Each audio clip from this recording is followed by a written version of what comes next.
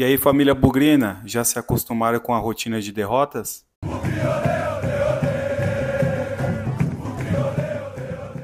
Quer ganhar dinheiro com as bets da vida?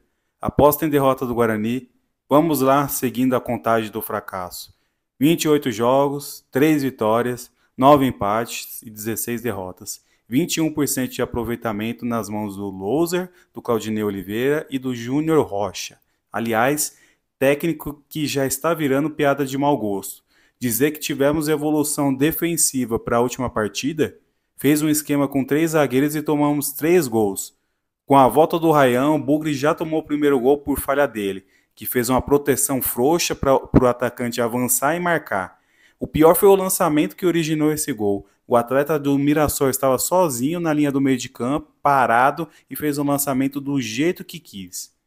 No decorrer da partida, o Guarani teve boa chance.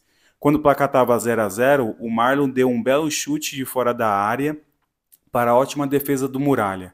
No segundo tempo, já com 1 a 0 para o time do Mirassol, o Guarani assustou com chutes do Paraíso, cabeceio do Ryan e mais um chute dessa vez do Camacho, que começou o jogo na reserva.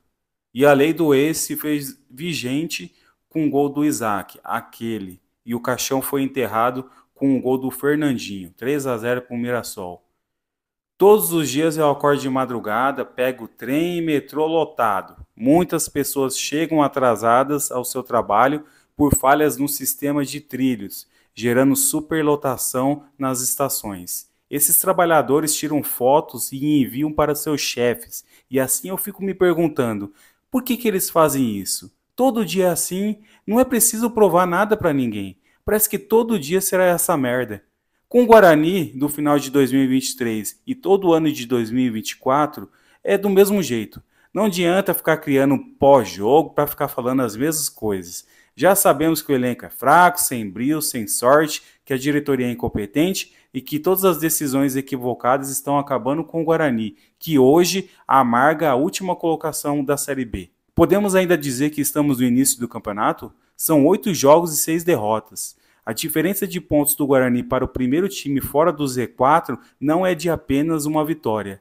O sinal de alerta não está apenas ligado, ele está gritando de desespero.